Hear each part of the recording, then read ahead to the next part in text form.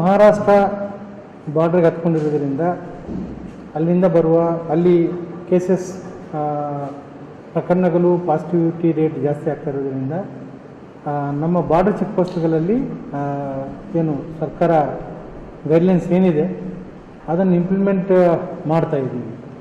So ಒಟ್ಟಾರೆ 11 check ಪೋಸ್ಟ್ಗಳನ್ನು ನಾವು ಪ್ಲ್ಯಾನ್ ಮಾಡಿದ್ದೇವೆ. ಅದರಲ್ಲಿ 2 ಶಿರೋಡೋನ ಮತ್ತು ಧೂಲ್ಖೇಡ್ ಇದು ಮೇಯ್ನ್ ಚೆಕ್ ಪೋಸ್ಟ್ಗಳು.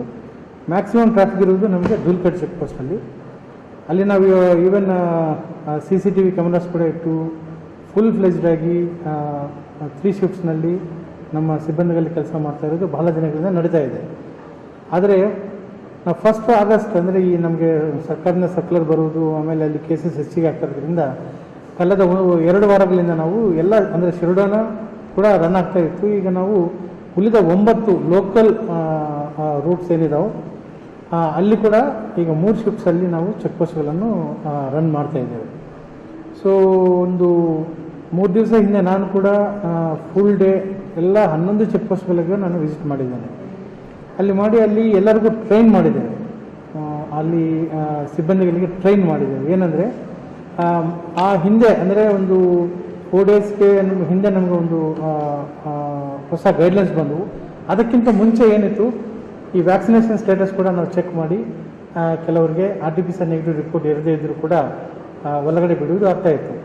ಬಟ್ ಈಗ ರೀಸೆಂಟ್ ಸರ್ಕ್ಯುಲರ್ ಪ್ರಕಾರ ಕೇರಳ ಮತ್ತು ಮಹಾರಾಷ್ಟ್ರದಲ್ಲಿ ಕೇಸಸ್ ಹೆಚ್ಚಿಗೆ ಆಗ್ತಿರೋ ಹಿನ್ನೆಲೆಯಲ್ಲಿ RT-PCR ನೆಗೆಟಿವ್ ಇದ್ದರೆ ಮಾತ್ರ ಬಿಡಬೇಕು, ಇಲ್ಲಾಂದರೆ ಇಲ್ಲ ಅನ್ನೋದು ಕಡ್ಡಾಯವಾಗಿ ಪಾಲನೆ ಮಾಡಬೇಕಂತ ನಿರ್ದೇಶನ ಬಂದಿದೆ. ಸೊ ಅದನ್ನು ಪ್ರತಿಯೊಬ್ಬರಿಗೆ ಅರ್ಧ ಆಗಲೇಬೇಕನ್ನೋ ಮುಖ್ಯ ಉದ್ದೇಶದಿಂದ ನಾನೇ ಖುದ್ದು ವಿಸಿಟ್ ಮಾಡಿ ಎಲ್ಲರಿಗೂ ಈ ವಿಚಾರವಾಗಿ ನಾವು ಟ್ರೈನಿಂಗ್ ಮಾಡಿದ್ದೇವೆ. ಸೊ ಅಂದರೆ RT-PCR ನೆಗೆಟಿವ್ ರಿಪೋರ್ಟ್ ಇರದೇ ಇದ್ದರೆ ಮಹಾರಾಷ್ಟ್ರದಿಂದ ಟ್ರಾವೆಲ್ ಮಾಡ್ತಾ ಇರುವ ನಮ್ಮ ಜಿಲ್ಲೆಯವರ ಇರದೇ ಇದ್ದರೆ ಅಂದರೆ ಬೇರೆಯವರು ನಮ್ಮ ಜಿಲ್ಲೆ ಥ್ರೂ ಟ್ರಾವೆಲ್ ಮಾಡುವವರಾಗಲಿ ಆ ರೀತಿ ಇದ್ದರೆ RT-PCR ನೆಗೆಟಿವ್ ರಿಪೋರ್ಟ್ ಇರದೇ ಇದ್ದರೆ ನಾವು ಕಡ್ಡಾಯವಾಗಿ ಅವ್ರಿಗೆ ವಾಪಸ್ ಕಳಿಸ್ತಾ ಇದ್ದೇವೆ. ಸೊ RT-PCR ನೆಗೆಟಿವ್ ಇರದೇ ಇರುವ ಎಲ್ಲ ಪ್ರಯಾಣಿಕರಿಗೂ ಅಂದರೆ ಏನು ಮಹಾರಾಷ್ಟ್ರದಿಂದ ಬರುವವರಿಗೆ ನಾವು ವಾಪಸ್ ಕಳಿಸ್ತಾ ಇದ್ದೇವೆ. ಇದರಲ್ಲಿ ಒಂದು ನಾವು ಅಬ್ಸರ್ವ್ ಮಾಡುವ ವಿಷಯ ಏನಂದರೆ ಕೆಲವರು ಆ ಬಾರ್ಡರ್ ಹತ್ತಿರ ಇದ್ದು ಆ ಕಡೆ ಈ ಕಡೆಗೆ ಎಜುಕೇಷನ್ ಮತ್ತು ಅಗ್ರಿಕಲ್ಚರ್ ಪರ್ಪಸ್ ಅಂತೇಳಿ ಒಂದು 2-3 ಕಿಲೋಮೀಟರ್ ಅಂತರದಲ್ಲಿ ಅವ್ರ ಪ್ರಾಪರ್ಟೀಸ್ ಆ ಕಡೆ ಇರ್ತಾವೆ, ಈ ಕಡೆ ಇರ್ತಾವೆ. ಸೊ ಈ ಫ್ರೀಕ್ವೆಂಟ್ ಮೂಮೆಂಟು ಏನು ಮಾಡ್ತಾ ಇದ್ದಾರೆ ಅವ್ರದ್ದು ಎಲ್ಲ ನಾವು ಚೆಕ್ ಪೋಸ್ಟ್ಗಳಲ್ಲಿ ಪೊಲೀಸರಿಗೆ, ಬೀಟ್ ಪೊಲೀಸರು ಯಾರಿದ್ದಾರೆ ಅಲ್ಲಿ ಅವ್ರಿಗೆ ಅವ್ರನ್ನ ಐಡೆಂಟಿಫೈ ಮಾಡಿ ಅವರ ವೆಹಿಕಲ್ ನಂಬರ್ಸನ್ನು, ಅವ್ರ ಫೋನ್ ನಂಬರ್ಸನ್ನು ನೋಟ್ ಮಾಡ್ಕೊಳ್ಳಿಕ್ಕೆ ಹೇಳಿದ್ದೇವೆ. ಸೊ ಇಂಥವ್ರಿಗೆ ನಾವು ಏನು ಮಾಡ್ತೇವೆ, ವೀಕ್ಲಿ ಒನ್ಸ್ ಸ್ವಾಬ್ ತೊಗೊಂಡು ಅವ್ರಿಗೆ ಕಂಟಿನ್ಯೂಸ್ ಆಗಿ ಟೆಸ್ಟ್ ಮಾಡ್ತಾ ಇರಬೇಕು ಅನ್ನೋದು ನಿರ್ದೇಶನ ಕೊಟ್ಟಿದ್ದೇವೆ.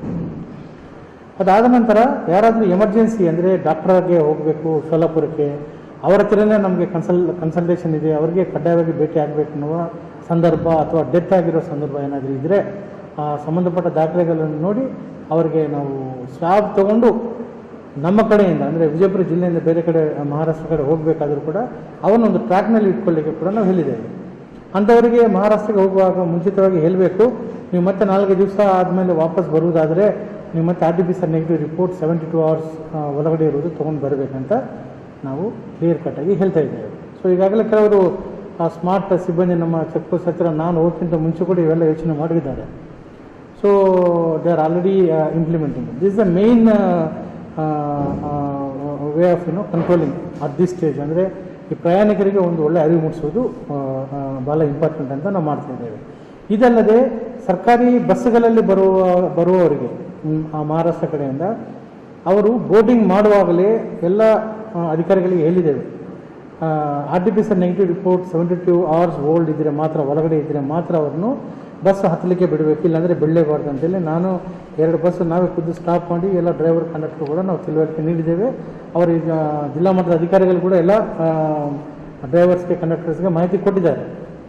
ಸೊ ಅವರು ಕೂಡ ಇಲ್ಲ ನನಗೆ ಭಾಳ ಅರ್ಜೆಂಟ್ ಇದೆ, ಡಾಕ್ಟರ್ಗೆ ಭೇಟಿ ಆಗಲೇಬೇಕಂತ ಏನಾದರೂ ಹೋಗ್ತಾ ಇದ್ದರೆ ದಾಖಲೆಗಳು ನೋಡಿ ಅವ್ರು ಸ್ವಾಬ್ ತೊಗೊಂಡು ಕಳಿಸ್ಬೇಕಂತ ನಾನು ನಿರ್ದೇಶನ ಕೊಟ್ಟಿದ್ದೇನೆ. ಒಂದು ವೇಳೆ 5-6 ದಿವಸ ಆದಮೇಲೆ ಬರ್ತೀವಿ ಅಂತ ಹೇಳಿದರೆ ನೀವು ಅಲ್ಲಿಂದ ಕೂಡ ನೆಗೆಟಿವ್ ರಿಪೋರ್ಟ್ ತೊಗೊಂಡು ಬಂದರೆ ಬಿಡ್ತೀವಿ ಅಂತ ಕೂಡ ಅವರಿಗೆ ಅವೇರ್ನೆಸ್ ಕೊಟ್ಟು ಕಳಿಸ್ತಾ ಇದ್ದೇವೆ. So we are doing our best to communicate to the people. ಮತ್ತು ಏಕಾಏಕಿ ಸ್ಟಾಪ್ ಮಾಡಿದರೆ ಮತ್ತೆ ನಮಗೆ ತೊಂದರೆ ಆಗ್ತಾ ಇದೆ ಅಂತ ಹೇಳ್ತಾರೆ, ಅಂಥವು ಕೂಡ ನಾವು ನೋಡಿದ್ದೇವೆ. ಅದಕ್ಕೆ ಆಗದಂಗೆ ಫಸ್ಟ್ ಇನ್ಫಾರ್ಮೇಷನ್ ಡಿಸಿಮಿನೇಟ್ ಮಾಡ್ತಾ ಇದ್ವಿ ಚೆನ್ನಾಗಿ ಎಲ್ಲರಿಗೂ. ಸೊ ವಿಲೇಜಲ್ಲಿ ಗ್ರಾಮ ಹಂತದಲ್ಲಿ ಪ್ರತಿ ಮನೆಗೂ ಕೂಡ ನಾವು ಮಾಹಿತಿ ಕೊಟ್ಟಿದ್ದೇವೆ. ಸೆಕೆಂಡ್ ವೇವಲ್ಲಿ ನಮ್ಮ ಸಿಬ್ಬಂದಿ ಮಾಡಿರೋ ಒಳ್ಳೆಯ ಕೆಲಸದಿಂದ, ಗ್ರಾಮ ಪಂಚಾಯತ್ ಟಾಸ್ಕ್ ಫೋರ್ಸ್ ಮಾಡಿರೋ ಒಳ್ಳೆಯ ಕೆಲಸದಿಂದ ಎಲ್ಲರಿಗೂ ಅವೇರ್ನೆಸ್ ಇದೆ, ನೋ ಡೌಟ್. ಏನಾದರೂ ಒಂದು ಸಣ್ಣ ಹೆಚ್ಚು ಕಮ್ಮಿ ಆದರೂ ಕೂಡ ಹಳ್ಳಿಯಲ್ಲಿ ನಮಗೆ ಸಿ ಅಥವಾ ನನಗೆ ಮಾಹಿತಿ ಬರ್ತಾ ಇದೆ. ಸೊ ಒಂದು ಊರಲ್ಲಿ 4 ಕೇಸಸ್ ಏಕಾಏಕಿ ಬಂದುಬಿಟ್ರೆ ನಮ್ಮ ಗಮನಕ್ಕೆ ಬರ್ತಾ ಇದೆ ಇಮಿಡಿಯೇಟ್ಲಿ. ಸೊ ಹಾಗಾಗಿ ನಾವು ಕಂಡು ಹಿಡ್ತೀವಿ ಇಮಿಡಿಯೇಟ್ಲಿ, ಸಮಸ್ಯೆ ಬಂದ ಕೂಡಲೇ ಕಂಡು ಹಿಡಲಿಕ್ಕೆ ನಮ್ಮ ಸಿಬ್ಬಂದಿಗಳೆಲ್ಲ ಹಳ್ಳಿಗಳಲ್ಲಿ ಕೂಡ ಕೆಲಸ ಮಾಡ್ತಾ ಇದ್ದೀವಿ. ಮಾಸ್ಕು, ಸಾಮಾಜಿಕ ಅಂತರ ಕಡ್ಡಾಯ ಅನ್ನೋದು ಅದು ಬೇಸಿಕ್ ಥಿಂಗ್ಸ್ ನಾವು ಫಾಲೋ ಮಾಡಬೇಕಾಗಿದೆ ಈ ಟೈಮಲ್ಲಿ. ಇದು ನಾವು 3 ವರ್ಷ ಹೇಳೋ ಅವಶ್ಯಕತೆ ಇಲ್ಲ, 2 ವರ್ಷ ಹೇಳೋ ಅವಶ್ಯಕತೆ ಇಲ್ಲ ಜನರಿಗೆ. ಸೊ ಇಷ್ಟು ಅರಿವು ಇರಬೇಕು. ಸಾವು ನೋವುಗಳನ್ನು ನೋಡಿದ್ದೇವೆ.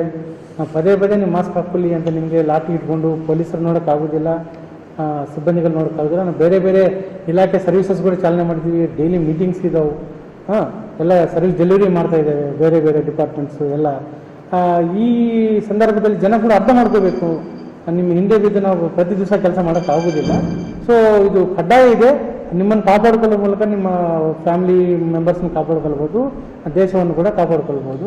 ಈ ರೀತಿ ಮತ್ತೆ ಮಾಡಿದ ಅದು ಮೂರ್ಖತ ಅಂತಲೇ ನಾನು ಹೇಳ್ತೇನೆ. ಎಲ್ಲರೂ ದಯವಿಟ್ಟು ಮತ್ತೊಮ್ಮೆ ರಿಕ್ವೆಸ್ಟ್ ಮಾಡ್ತೇನೆ, ಏನು ಕೋವಿಡ್ ಪ್ರೋಟೋಕಾಲ್ಸ್ ಏನಿದೆ ಅದನ್ನು ಪಾಲನೆ ಮಾಡಬೇಕು. ಆಮೇಲೆ ಗ್ಯಾದರಿಂಗ್ ಏನಿದೆ ಅದಕ್ಕೂ ಇನ್ನೂ ನಿರ್ಬಂಧ ಇದೆ, ಕೆಲವು ಕಂಡೀಷನ್ಸ್ ಮೇಲೆ ಮಾತ್ರ ಇದೆ. ಸೊ ಲಿಮಿಟೆಡ್ ನಂಬರ್ಸ್ ಇದೆ. ಈಗ ಮಾರ್ಕೆಟ್ಗಳಲ್ಲಿ ಜನ ಏನು ಹೆಂಗೆ ಬೇಕೋ ಹಂಗೆ ಬರ್ತಾ ಇರೋದು ಕೂಡ ನಾವು ಅಬ್ಸರ್ವ್ ಮಾಡ್ತಾ ಇದ್ದೇವೆ. ಈಗ ಮತ್ತೆ ನಾವು ಫೈನ್ ಹಾಕಿದ್ರು ಕೂಡ ಸ್ವಲ್ಪ ಮಟ್ಟಕ್ಕೆ ಮಾತ್ರ ಕಂಟ್ರೋಲ್ ಆಗ್ತದೆ. ಬಟ್ ಜನರಿಗೆ ಅರಿವು ಇದ್ರೆ ದೊಡ್ಡ ಮಟ್ಟದಲ್ಲಿ ನಾವು ಹ್ಯಾಂಡಲ್ ಮಾಡಲಿಕ್ಕೆ ಆಗ್ತದೆ. ಆಗಿದೆ, ಬಟ್ ನಾವು ಹೇಳಿದರೆ ತಪ್ಪಾಗಿದೆ ಬಿಡ್ರಿ ಅಂತಲೇ ಹೇಳ್ತಾರೆ. ಬಿಡ್ರಿ ಸರ್ ತಪ್ಪಾಗಿದೆ ಅಂತ ಹೇಳ್ತಾರೆ, ಬಟ್ ಬುದ್ಧಿ ಇರಬೇಕಲ್ಲ. ಸೊ ಅಷ್ಟೇ, ಪ್ರತಿ ಸಲ ಅದನ್ನೇ ನಾವು ಹೇಳ್ತಾ ಇರೋದು. ನಾವು ಹೋಗಿ ಹೇಳಿದರೆ ಮಾಡ್ತೀವಿ ಅಂದರೆ ಅದು ಸರಿಯಲ್ಲ. ಎಷ್ಟೋ ಜನರಿಗೆ ನಾವು ಆ ರೀತಿ ಮಾಡೋಕ್ಕಾಗೋದಿಲ್ಲ. ಬಟ್ ಭಾಳಷ್ಟು ಜನ ಏನು ಕೋಆಪ್ರೇಟ್ ಮಾಡೋರು ಇರ್ತಾರೆ. ನಾವು ಏನಾದರೂ ಒಂದು ಫಂಕ್ಷನ್ ಮಾಡಬೇಕಾದ್ರೂ ಕೂಡ ನೀವೇ ಬಂದು ನೋಟಿಸ್ ತರಬೇಕಾದ್ರೆ ಅಂತ ಹೇಳುವವರು ಭಾಳ ಜನ ಇದ್ದಾರೆ. ಬಟ್ ಏನು ಕೆಲವ್ರ ಮೂಲಕನೇ ನಾವು ಲಾಸ್ಟ್ ಟೈಮ್ ಅಬ್ಸರ್ವ್ ಮಾಡಿದ್ದು ಯಾವುದು, ಕೆಲವು ರೆಕ್ಲೆಸ್ ಪರ್ಸನ್ಸ್ ಮೂಲಕನೇ ಸ್ಪ್ರೆಡ್ ಆಗಿರೋದು. ಸೊ ಹಾಗಾಗಿ ಮನೆಗಳಲ್ಲಿ ಕೂಡ ಏನು ಫ್ಯಾಮಿಲಿ ಮೆಂಬರ್ ಜೊತೆಗೆ ಊಟ ಮಾಡುವಾಗ ನಾನು ಲಾಸ್ಟ್ ಟೈಮ್ ಕೂಡ ಹೇಳಿದ್ದೇನೆ, ಹಳ್ಳಿಗಳಲ್ಲಿ ಮ್ಯಾಸಿವ್ ಸ್ಕೇಲಲ್ಲಿ ಸ್ಪ್ರೆಡ್ ಆಗಿದ್ದಕ್ಕೆ ಕಾರಣ ಇದೆ. ಅವೇರ್ನೆಸ್ ಇದ್ದರೂ ಕೂಡ ರೆಕ್ಲೆಸ್ ಆಗಿ ನಮಗೇನಾಗಲ್ಲ, ನಾವು ಫಿಸಿಕಲಿ ಫಿಟ್ ಇರ್ತೀವಿ, ಏನೂ ಆಗಿಲ್ಲ. ಎಷ್ಟೋ ಜನ ಬಾಡಿ ಬಿಲ್ಡರ್ಸ್ ಕೂಡ ಇದರಲ್ಲಿ ಡೆತ್ ಆಗಿದ್ದು ಕೂಡ ನಮಗೆ ಗೊತ್ತಿದೆ. ಸೊ ಹಾಗಾಗಿ ಯಾವುದೇ ರೀತಿ ರೆಕ್ಲೆಸ್ನೆಸ್ ಬೇಡ. ಎಷ್ಟೋ ಜನ ಅಧಿಕಾರಿಗಳು ಕೂಡ ತೀರ್ಕೊಂಡಿದ್ದಾರೆ ಇದರಲ್ಲಿ, ಎಷ್ಟೋ ಜನ ನಮ್ಮ ಸಿಬ್ಬಂದಿಗಳು ಕೂಡ ತೀರ್ಕೊಂಡಿದ್ದಾರೆ. ಎಲ್ಲರಿಗೂ ಅರಿವು ಇದ್ದರೂ ಕೂಡ ಏನೋ ತಪ್ಪಾಗಿದೆ ಅವರ ಪ್ರೋಟೋಕಾಲ್ ಫಾಲೋ ಮಾಡೋದ್ರಲ್ಲಿ. सो हाಗಾಗಿ ಸ್ಪ್ರೆಡ್ ಆಗಿದೆ. स्क्रैच कीजिए, ऑफर पाइए। जी हाँ, Aspire spoken English soft skill ने वाव कार्ड लॉन्च किया है, जिसमें आप 80% तक का डिस्काउंट पा सकते हैं। जल्दी कीजिए, ये ऑफर लिमिटेड है। एडमिशन कीजिए और 1 साल का ऑफर पाइए, अभी नहीं तो कभी नहीं। बाघमारे हॉस्पिटल में दांतों की बीमारी से जुड़े हर तरह का किया जाता है इलाज, जिसके माहिर oral and maxillofacial surgeon doctor शान करीमी करेंगे आपका उम्मीद से भरपूर इलाज। तो आज ही विजिट कीजिए बाघमारे मल्टी स्पेशलिटी हॉस्पिटल, सकाफरोजा सरकारी उर्दू स्कूल नंबर 4 के पास।